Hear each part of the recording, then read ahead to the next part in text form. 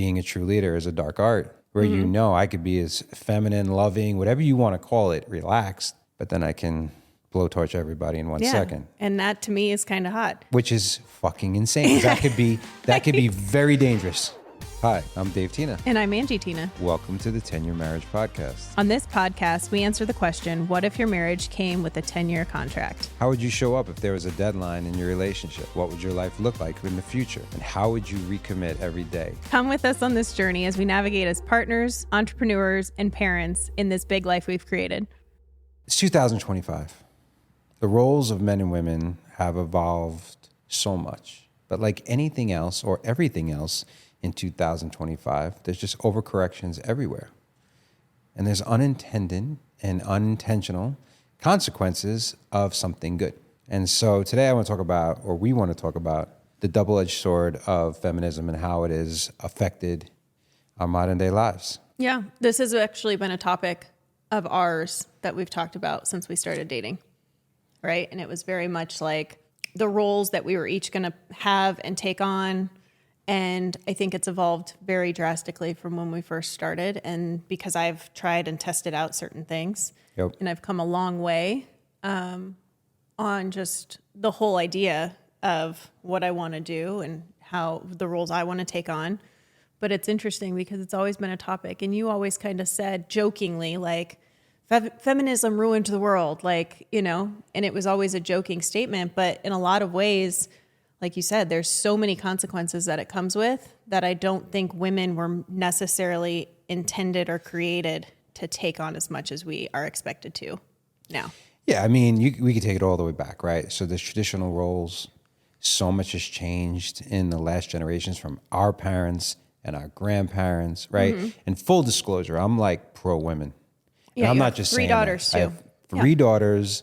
The majority of my team and staff are women. In the real estate industry, it's 2/3 women. Like, I'm all for it.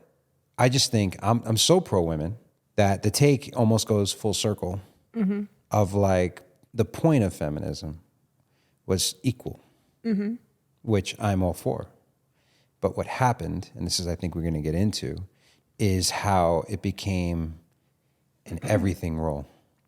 And how quickly things have changed from our grandparents. I mean, just that quickly. Like you're talking people who were born in the 20s, right? Yep. Versus our parents that were born in the 50s and the 60s. Yep. Right? Versus us born in like the late 70s and the late 80s. Like this is until we are now. Like even now it's hot button topic, right? What genders? Are there two genders? Are there multiple genders? Like these roles, the lines have been completely blurred. Yeah.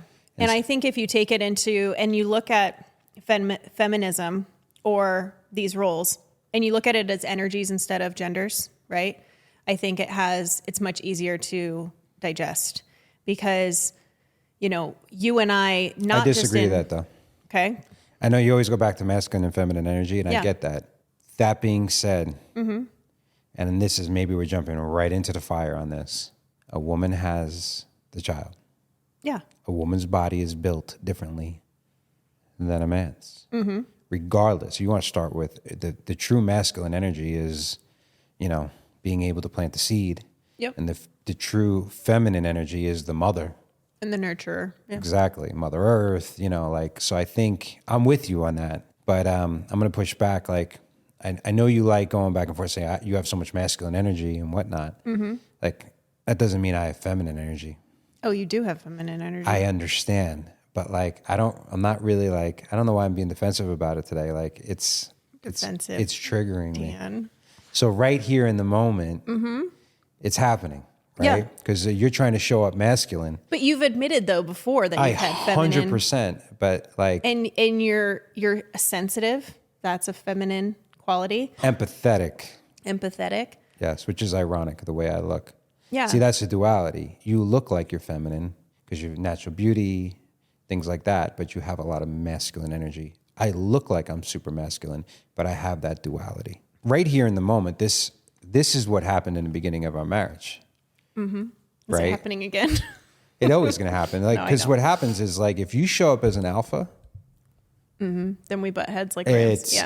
If our alpha isn't isn't going in the same like shared direction, we're going to run into problems, right? Like that's what happened. You tried to alpha the moment, and I was like, nope, I'll fucking out. How did I try to alpha the moment? You just did. You were like, you went right into your groove of like, well, I have the masculine energy. Like, I didn't say I had the masculine where you were going energy. a little bit. No, it wasn't. It was saying that every energy, which we're all energies, right? They have masculine and feminine 100% energy. Yep. And if you would have listened to my actual point, here we go. The whole point was that there's defaults, right? Like your default is going into your masculine. When my default goes into my masculine, that's when we actually do butt heads. Yep. Or if you go into your feminine, I feel like it's almost like a weakness in a lot of ways, subconsciously, like not even consciously thinking. And then I go into attack mode and get even more masculine. Which I think that's why I got defensive, because I keep looking at that clip of you talking like that. And I'm like, it just makes me. What clip?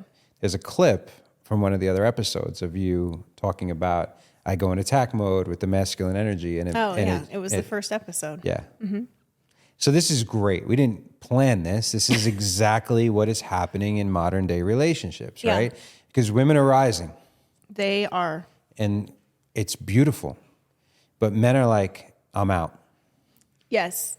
They're wrong in a lot of sense, because being a man is rising even higher, not necessarily trying to outdo a woman, but to be a man, I believe, to have that king mentality, or a lion king mentality with a lioness, you almost have to bring an energy that not necessarily bigger. It's just different. Yes. And I've told you that from the very beginning, is like, I know I have a lot of masculine qualities with careers and with money and personality traits, things like that. But I've always told you that, like, I want a protector. I want a provider. I want a stable, like, foundation that I can rely on, that can, take care of my emotions and listen and but here's do all of those here's things. the uniqueness, though. Most women like you have men that are not at their level. That's a fair assessment in a lot of ways. Most men can't handle women like you. There's very few times as 2 stars of the show. Yeah. Right? Mm-hmm. And so what I've seen is, in a lot of your circles, very rarely there's a man who is their equal or running just as fast, running side by side. Mm-hmm. Or maybe they're doing it a different way. Right. Right? And I think that is somewhat the uniqueness of us. And I don't know if we're unicorns or if that's something that people can do across the board. Mm-hmm. Right? So let's. This is beautiful that it went here, right? That we're doing it in the moment. When we were dating, it was fine. But you were already like a producing real estate agent. You were making your own money. You came out here on your own. Our stories had so much similarity, so much synergy. Mm-hmm. It was like, in some ways, I met myself as a woman. Yeah. But to go, this is fairly deep, and I don't even know if I'm going to explain it right, but I think those qualities that I was possessing, I was almost forced to have those qualities, right? To make my own money, to do my own thing, to make my own choices, to be so fucking strong that nobody can break me. Yep. And over the course of our relationship, I've had to try and continue to try to break down those walls, because I don't necessarily want that. My nature is not to be masculine and be like this protector and this whatever. I was taught that because of what I went through as in my teenage years, right? All your and women role models, and they were very strong like that. Yeah. Right? But like, when I think about it, I'm like, no, I want, and Jess has taught me a lot. My coach right now, Jessica Zwei, like she talks a lot about that. Like, women weren't necessarily meant to hustle, grind, provide, do all of this. Like, women are just made differently. We work through cycles. We need a lot of rest and relaxation and self-care and like nurture ourselves to just even give ourselves to other people. But that is completely counter to what you're just saying. No, I'm saying that I'm in a transition of trying to learn to get back to that. I'm in a remembering, like, wait a minute, I don't have to do this. Like, or I can do it with a different intent, like some ease, and it doesn't have to be so strenuous, and it doesn't have to exhaust me and get to burnout. You know what I think the problem is? I think for too long, masculine energy was the only one associated with strength because it was brute force. Yep. Strength and success. Exactly. Whereas like strength and success shows up in so many ways. And that's where like, I don't know, I think women were being gaslit in some ways when they were like, it's just as important to stay home with the kids and be a cook and stuff like that. Like a lot of women didn't want to hear that. Right? Like barefoot, pregnant, and in the kitchen. They didn't want to hear that shit, which guess what? I wouldn't want my girls to do that. Right. But that was the back then. Like my great grandmother, my grandmother, it was all about what's the next meal and how do I keep the family together and right. And there was something really foundationally strong about that. Well, it kept everything up. I mean, the girls tell me all the time, like when I leave town, they're like, oh shit, here we go. This is going to be crazy for a couple of days, or I got to take on this role or whatever. But I think that They don't now, have to take on shit. oh, please. They Just do a because little bit. I have a hard time doing a high pony. That's not all the way true. I bathed Gigi. We had That fun. was good. We had no problems. Like the only thing that's totally different. See, you're trying to fucking. I'm not. Yeah. What my whole point of going in there is that I think that if people like love and appreciate what they're doing, right? Like if that brings them joy and that they feel like they're contributing in that way, then that's what they should do, is they should stay home and do all of those things. I tried that and I felt like I just needed more. I just needed more stimulation in my life. And I think that's more of like having a purpose and a calling. Yeah. Right. Yeah. And not necessarily, and we've unfortunately as a society have equated a purpose and a calling with making money versus like this is what's true fulfillment. Right. You know, and fulfillment doesn't necessarily equal cash. And that's the lie we've been told. But if we take it back, like just a little historical context, like it's only been 100 years since women have been able to vote, right? Like the 60s was like Title IX and then abortion rights, which has changed even most recently. Yep. Like it was like a second-class citizen for a while here. And it's newer than I think we take for granted. Oh, totally. Right? But how quickly, 100 years, right? A century? Yeah. And how quickly can it be reversed too? That's a whole nother episode, but yes. And that's where the pendulum swings.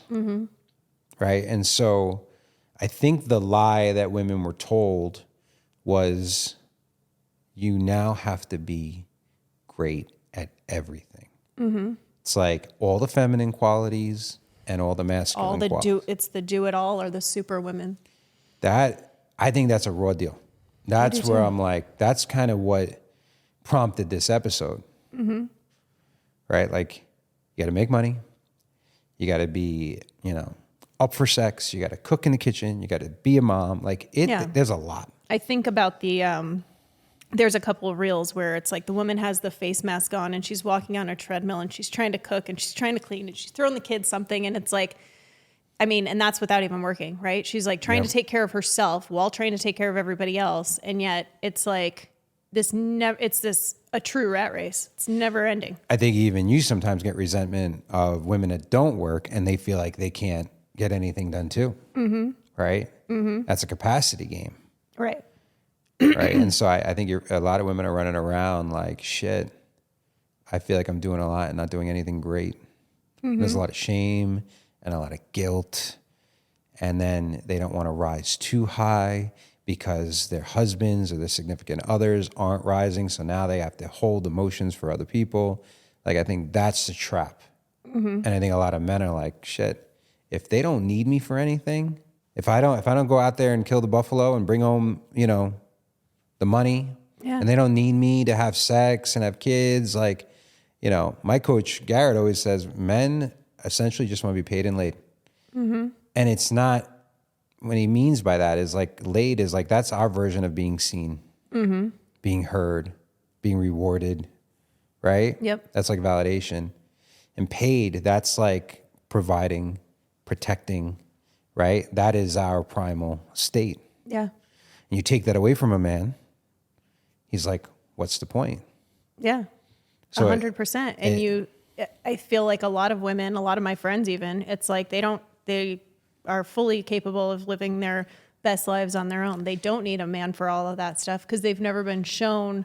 Do you think it's you think your friends have all gravitated towards each other like that? Or you think this is a Midwest thing? Because your family has like, especially your mom's side has like a lot of like masculine energy. Like they take care of themselves, right? And then your friend group, they have a lot of alpha energy. You think it's because you guys have gravitated towards each other, or do you think that is something about? I don't know. I mean, even all the friend groups I'm in, like now, and the people I meet, I feel like it's a lot of women. Like I'm around a lot of strong women, whether they work or they don't work. Like the women I'm around, I can't really think of many that are just like these people that are just like, they're either wanting more, they're doing this all, like they're strong fucking women, strong in personality, strong in opinions, strong in like just everything. I mean, there is a crisis for men right now because women are more likely to be homeowners. Women are more likely to graduate college. Women are like rising. There's very few. Even entrepreneurs, there's more and more women own businesses and companies being led by women. I mean, there's a rise in all of this, which it's fucking time. It's about time. Well, for so long, it hasn't been that case. So again, that's a default setting. Yeah. Like you say that, why? Why is it about time? All right. Like, so, and I'm just playing devil's advocate here, right? Yeah. Like, it's interesting how you fell right into that trope. Like, just like that, you're like, it's about time. I am woman, hear me roar, right? And I'm like, again, I'm seeing this from a lot of different angles, from a husband, from a father, right? But that's been ingrained in us. Yeah. Right? It's about time. Is it though? Why? Well, it depends on the person. It's, it's such a specific thing. Because a lot of women, they don't want to do certain things and they need their man to rise and take care of them and they want that, right? But then there's other women that are like, no, it's like, it's my turn, and that brings them joy. And I know a lot of those women, like I was a long time ago, when I was working, hustling. I had so much guilt and shame about not being around for my kids or not being able to provide and be a homemaker or whatever. And I think that it all comes down to this balance, right? Like, there's certain things that we've done in our life where I'm like, okay, I don't need to take on that load. We can hire that out, or we can take a step back from that. That has helped me become like, okay, I can give more of myself if I'm doing other things that I love and I'm passionate about, because I still do love working and I still do love contributing. Would you agree with this statement that every woman, a heterosexual woman, wants a man, not that can dominate her, but that challenges the fuck out of her? I mean, from my frame, yes. Because that's who I want, but I don't know. Because even like the hardest women, again, I think you have a hardness to you that is wrapped in such a softness. It's this weird duality. Like you have a softness, right? Like you have a great spiritual aura, but there's a hard fucking like, I mean, you have softened up over the years, but I used to fuck with you about being the ice queen because that's where like, it would be considered I have a more feminine energy because I'm an Italian, loving, touching, right? It's a cultural thing. Yeah. Right? Yeah. I mean, I would say yes. I think most women do want that for sure. I mean, from my standpoint, obviously, like I want to be a strong, independent woman. Well, what did you say is the difference between me and the men that you dated before me? Because this is, I mean, I could say it for you, but I just don't want to put words in your mouth. You basically said, I ran circles around every man I've dated and I eat them alive. Yeah, in a lot of cases. And listen, there's definitely been relationships. There was a couple of relationships where there was tons of intelligence, and that's what like really attracted me to that person. Or they were super successful in one area or they stepped up in another. But yeah, I mean, most of them, it was like, not only are you not educated and you sound like an idiot, like you're not providing, you're not contributing anything, like... What's interesting is that the darkest side of me, the one that sometimes I can't even control, is one of the things, I wouldn't say that necessarily turns you on, but is one of the reasons why like there's a respect. Not that I would point it at you, but does that make sense?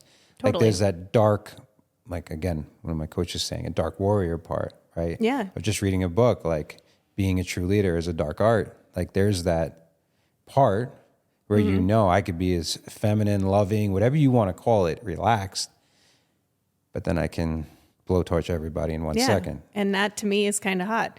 which is fucking insane. That could be very dangerous. It could be very dangerous, but in my brain, I'm looking at it as like, I always go back to that video of the lioness, and she's getting attacked by these hyenas, and like they're nipping at her and they're kind of biting her and whatever. And there's like, so I mean, rather than tell that story again, okay, what about that video does it for you?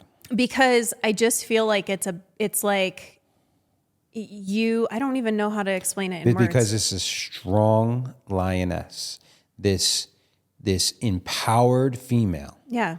That doesn't necessarily need protection. But when things get crazy, out comes the fucking Lion King. That like, he may not even want to be bothered right now. But the minute he sees or there's his a threat, woman and his kids or someone, he is going to decimate everybody. So there's the balance, right? So really, if we take this full circle, women still want to be protected. 100%. I understand you're saying 100%, but there's a lot of women I think would have a hard time. Like, remember when feminism got so distorted that it was like, don't even open a door for me? How fucking ridiculous that was, because they didn't want, like, there's just a man having class and being a gentleman and wanting to take care of people. Like, not only would I open a door for a woman, I'd also open a door for a man. Like, you know what I mean? I think, and there's an overcorrection. I even have, there's people in my life that don't have men in their lives. And the reason is I think it's because they haven't had a man step up like that.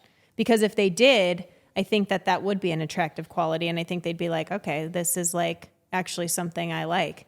But they've never experienced that. Because it's very rare, I believe, to find. And even I don't know why this popped in my mind, but I don't give a shit. Even in lesbian relationships, there's still an insertion of the masculine energy. Or a phallic, you know what I mean? Yeah.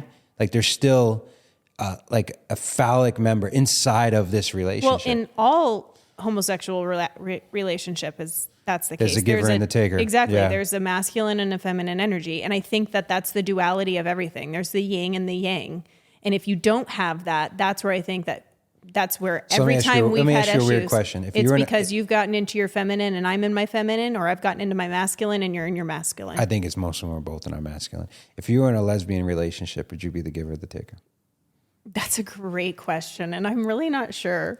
You see, because I think I would be the taker. That's good. Yeah. Because I always feel like if I was stuck in prison, I'd have to find a really pretty guy and I would be the giver. Yeah. Right? Well, because if I look at lesbian women, I don't look at the feminine as being like, oh, that's attractive. It's like the girl on Lioness. The woman on Lioness, that's like not the one. No, I know. She's gorgeous with the shaved with the short hair. Like if I was a lesbian, that's the type of lesbian I'd be with. Wow. Yeah. Like a very masculine lesbian. So you'd be like, I guess, and you'd be a bottom. Correct. And I would be a top. Correct. So we got something good. we're in the right roles in our I'm relationship. giving, you're taking. All right, at least we got that. Fuck, after 15 years, we're good. It took that whole episode no to pegging get there. in my life. I don't want anything. Not happening. Yeah. Beautiful. This is interesting. It's an interesting way to go with this because, then there's this epidemic of high quality women have very few choices. There's very few high value, high quality men. This is the thing I worry about the most for our girls. That, they put me on a pedestal. They see the way that I treat you. Yep. And I'm like and I'm not saying that you marry your father, but finding someone like me is a double-edged sword as well. Because it could potentially be someone like who I am can go very, I had just as much a chance to be an entrepreneur as I did to be like a criminal. Yeah. You get what I'm saying? Think about it. I married a lot of my dad's qualities. 100%. You have a ton of my dad's qualities. I mean, he doesn't talk as much as you, but he's incredibly intelligent. He's super stoic. He's very masculine. Like those are things that, just naturally. I think that's why we get along. Yeah. As a mutual respect. Yeah. Right? And he's an independent thinker. Yep. I mean, I can only hope. But that's the problem with women. That's why women are doing it on their own. Because they're like, shit, there's only a few men like this. We're all vying for that man. You got to hope that man The one who is like the high quality doesn't just look at this as an opportunity to sleep with as many women as possible. And because he has so much power in this realm. Like, this is what's interesting. If we ever broke up, like, it would be easy for you to find a man, but I would have more options. Mm-hmm. I agree. That's what's wild. There's more high quality women out there than there are high quality men. And so you got these high quality women that are like, well, fuck it, I'll do it by myself. Which it potentially messes up the apple cart. Now, if you believe that we need balance in this world, if you're one of those people, you're like, we got a problem. If you feel like this is the time of women and women don't need men, then you don't have a problem. I just think that if you want to go energetically the whole way, I think there needs to be a balance of masculine and feminine energy in this universe with God, however you want to call it. There has to be the yin yang. There has to be that polarity, right? The plus, the minus, however you want to put it. Yeah, and I think for so long it's been so much the balance has been so shifted towards the masculine in so many ways. I mean, even if you think about how we treat our planet, right? It's just so masculine. It's so like, that's a great point. And it's like, I think that's why we've had this rise in like this feminine energy, is because women are like, all right, like move over, like even Mother Earth, right? Are you confusing toxic masculinity versus masculinity? Not necessarily, no. Because I think there's a masculine way to like I'm just saying use the earth without hurting it. 100%, but that's the problem, is that it's not just the toxic, it's just because it was so tilted that direction that it got off balance. And so now it's trying to balance itself out again. Fair. You got the Mad Men seasons or whatever the show, where, it's the typical, the men, they have, in Italian, it's the gumar or the mistress, and the woman had nothing to, they couldn't say anything. They didn't even know about it. It was, that's when it was completely, it almost like, and I don't believe you should treat kids like this, let alone women, seen and not heard. Like that was really out of balance, which I believe created the shift. But like the thing with society and politics for me right now, which is the issue, we overcorrect everything. Right. Like toxic masculinity was a major problem. And so rather than just get the toxic at it, they tried to pull all the masculinity out. Right. So then it went too much feminine, or you can't say this, and that the whole woke, great intentions, but people are assholes. You got to just deal with it, right? Yep. And so then instead of like going back to the middle, common sense. Yeah, we're definitely going. Now we're going back to toxic masculinity. Like it's just. And I think that's why you worry for our girls, is because it's swinging so far the other direction that, okay, where's the balance going to be there, Yes. And it's a great point. It's interesting because even when you said a woman can just do it all on their own, I'm curious how many women feel like they're doing it all on their own and have a man in their life. Yeah. Right? Because they still feel like they're doing it alone. And let me be clear. Any man that thinks he's a victim is a fucking pussy. Like, I'll just say that straight out. Like, Like, no one's saying that, you can't rise up. I don't want to hear like, oh, it's all against men. You have every opportunity in the world to get your shit together, have a greater purpose, and meet your woman where she's at, rather than try to undermine and sabotage her because you can't figure it out. And her rising is like a mirror for you of what you can't do. Like capping somebody else in any other in any circumstance to make you feel better about your failures and your inability to rise is unacceptable. 100%. And that's why I have a calling to like lead men. But a lot of these leadership of men things, they overcorrect them too, because they're trying to get out that tiger again. They're trying like that primal state. I've been in that game, right? Yeah. Where you're like, next thing you know, you're like fighting somebody. Yeah.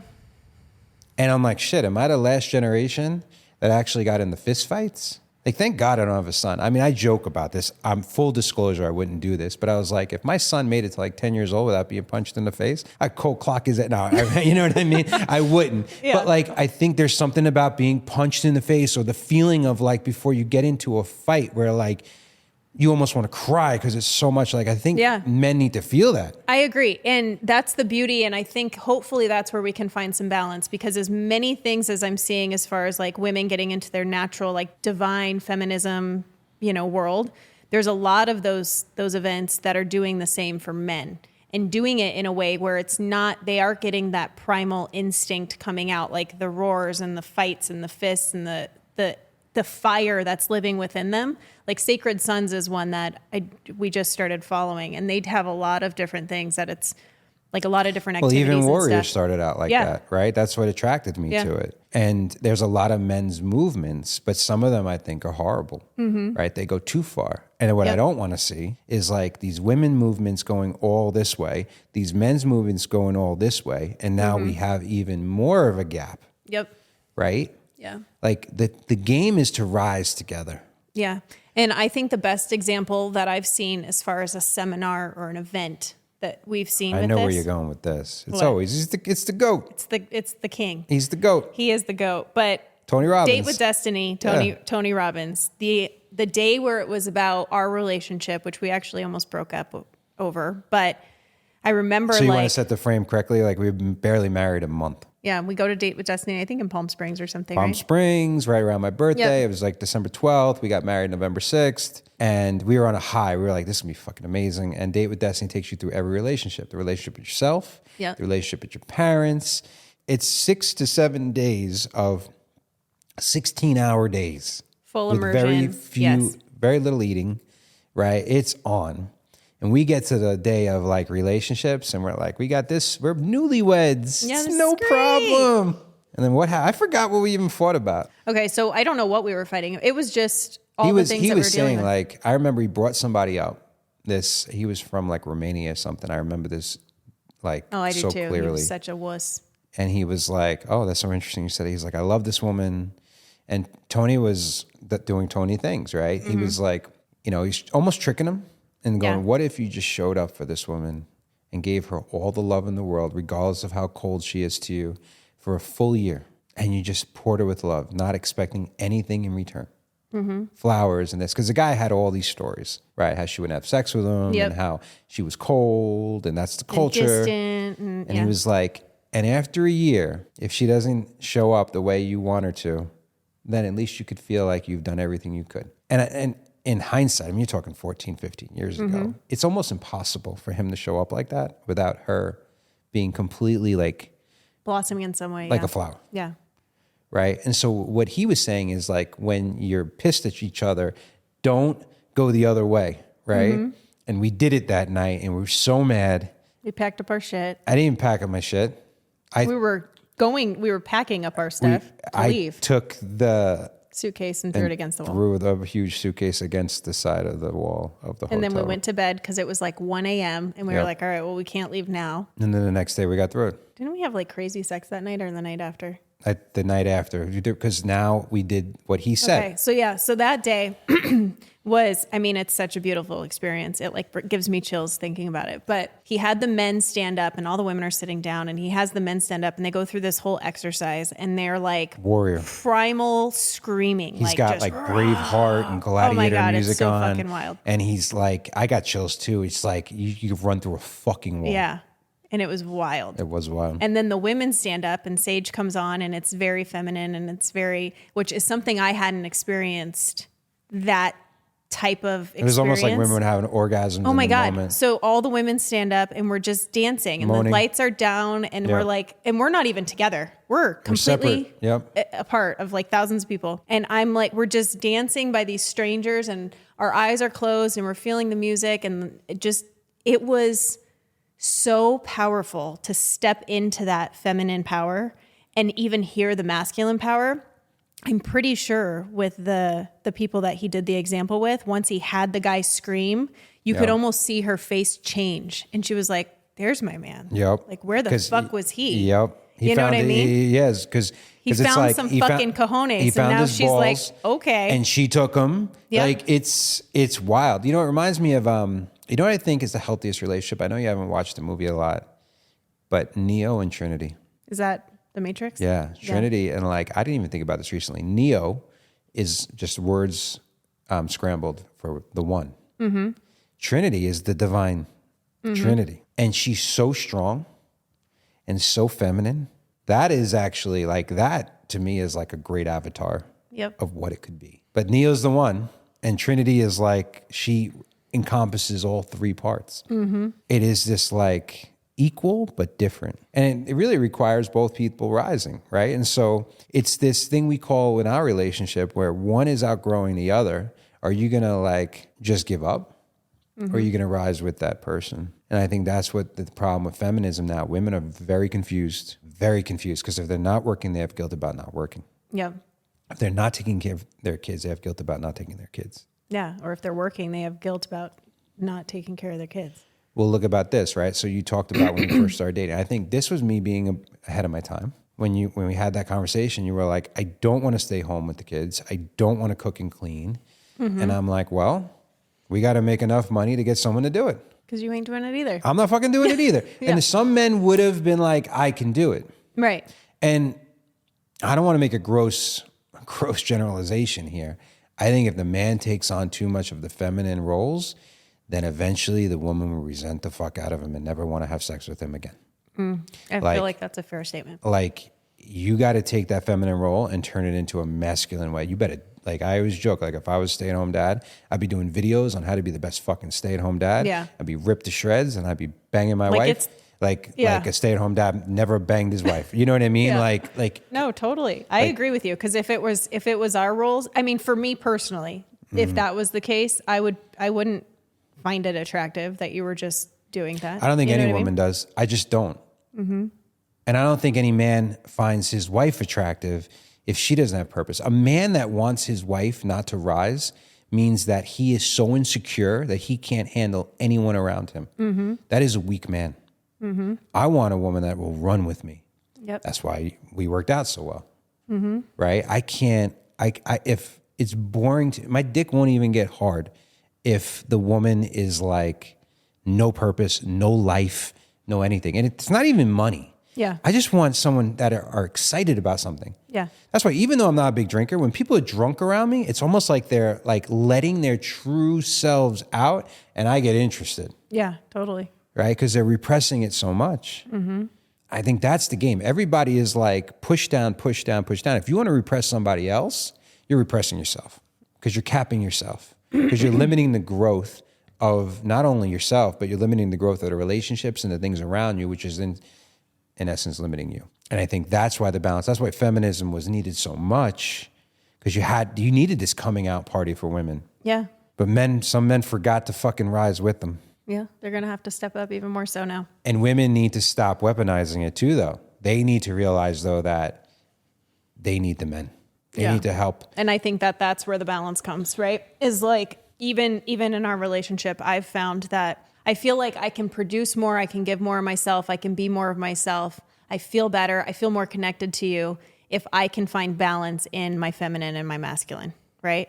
If I can do my masculine thing with ease and not have to stress and not have to hustle and not have to grind so I don't feel like I'm getting burnt out, I feel like it gives me and it allows me to step into that like feminine power that then is better for our connection. It's better for our children. It's better for, even like moving into this house. Like I've always fucking hated cooking, hated it. But now like I found this like sense of like, wait a minute, like I can enjoy this. There's a piece to it too. Yes, exactly. And I think that it's really about finding those things that light you up. Like you said, you have to have purpose. You have to have meaning. You have to have passion for certain things. Because if you do, then I feel like the energy flows so much different.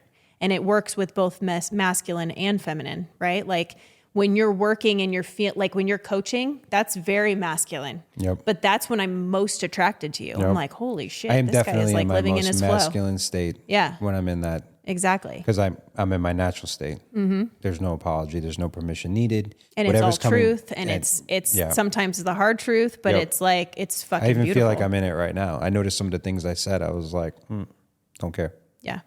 Right? Yep. And so that brings us full circle to the whole reason why we're here in the first place of the 10-year marriage. This part of both the masculine, the man and the women, the woman, the feminine and the masculine, they both need to grow. Yeah. They both have to have some purpose, some future that is forcing them to get uncomfortable and get excited and like shake shit up. That's what gets people going. When you have the best sex is when you're the most at peace with yourself, when you love yourself the most, because then you're able to open it up. Yeah. You're the best parent when you're at most peace with yourself. Yeah. You know, you show up in all of these roles when you're growing yourself, but you need to have some fucking adversity. You need to have something that gets you uncomfortable, because that is how you grow. And that's what keeps life alive. What is that? I just watched it. You shared it too. It was Joe Dispenza talking about. He was talking about self-worth. Yeah. And it's a lot like that, right? Yeah. If you feel like you're worthy enough and you could take care of yourself enough and you can give more of yourself in that way. And there needed to be a moment in the past. Women's right to vote, that was bullshit. Not a second-class citizen. Same thing that like minorities went through and whatnot, right? Yep. And then there needed to have that feeling of like, it's not even like there's a validation, but like the rules, Title IX, right? Title IX, women's sports and women's rights, like it's just leveling the playing field. That doesn't mean it's just because it's there that the role has changed. And I'm curious to watch, front row seat on this, what the future looks like for you. Because I think a lot of these things you're doing now, even the way you dress today and these experiences you've gone through recently, has been a return to the feminine. And how that's going to, because it's require you being more vulnerable. Which I feel like I am. I've gotten a lot better at being vulnerable. And I think our connection is Yeah. greater than it's ever been. And I want to show our kids that it's okay to have both of those things, you know, to be strong, independent, but also want a man to take care of you and also be fully in your feminine power. And to understand also how to treat a man, because you also got to treat a man right. Yeah, but men need to earn that fucking respect. You and see, that. here we go. Here comes the penis. You just said. I know, I'm joking. You're right. You just said They do. that a man needs to step up because a woman will admire and love and give that appreciation or whatever you want to call it to a man if they're showing up and they're stepping into their power. If they're not, I agree. then do they deserve it at all? Yes and no. Sometimes a little encouragement and support goes a long fucking way. And finding the right person, I tell every single man that I coach that is not in a loving relationship that you find the right woman, it'll activate you like nothing else. It's an accelerator. Yeah. It is a rocket ship of purpose. All of a sudden, you have something to go die for. A woman worth it, especially in a relationship, in the beginning of a relationship, where it isn't about, oh, what I deserve and what I'm. No, in the beginning of a beautiful relationship is everyone just wants to give. Yeah. Everybody wants to show up for the other person.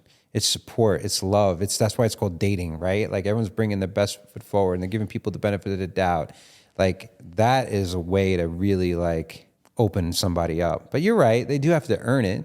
Yeah. And, you know, the women, they have to also understand that women sometimes do feel like they're handling it all and they're doing it all and they have to be Superwoman. And a man being able to step in and being like, hey, like, I got this.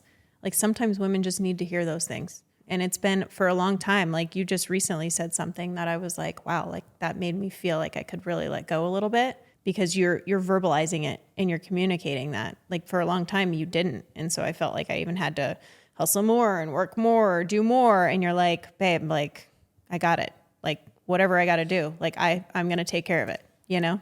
Yeah. But I was also supporting what you wanted.